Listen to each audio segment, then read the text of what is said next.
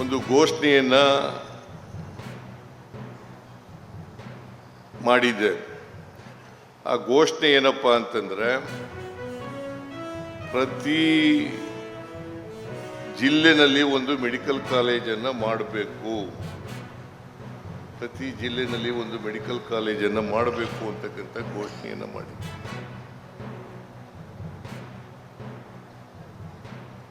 ಇವತ್ತು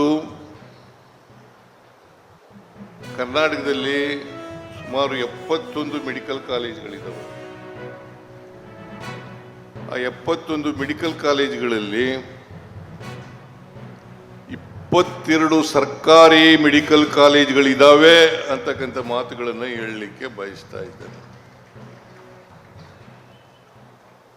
ಇನ್ನು ಉಳಿದ ಜಿಲ್ಲೆಗಳಲ್ಲೂ ಕೂಡ ಹಂತ ಹಂತವಾಗಿ ಮೆಡಿಕಲ್ ಕಾಲೇಜುಗಳನ್ನು ಮಾಡ್ತೇವೆ ಅಂತಕ್ಕಂಥ ಮಾತುಗಳನ್ನು ಹೇಳಲಿಕ್ಕೆ ಬಯಸ್ತಾ ಇದ್ದೇನೆ.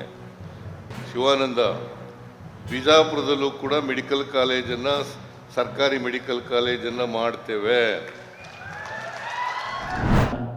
ಸಿದ್ದರಾಮಯ್ಯನವರು ರಾಜ್ಯದ ಜನಪ್ರಿಯ ಮುಖ್ಯಮಂತ್ರಿಗಳು,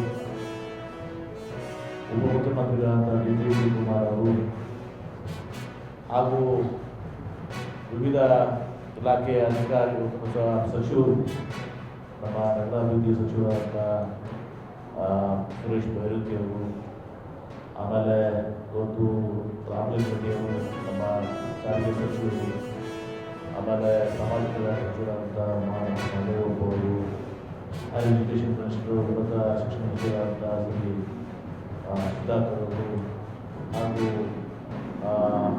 ಕಗ್ಗಡಿಯವರು, ನಮ್ಮ ದೂರ ಒಂದರ ಇಲಾಖೆಯ ಸಚಿವರು ಅವರು, ಆಮೇಲೆ ನಮ್ಮ ಪವರ್ ಮಿನಿಸ್ಟರ್ ಜಾರ್ಜ್ ಅವರು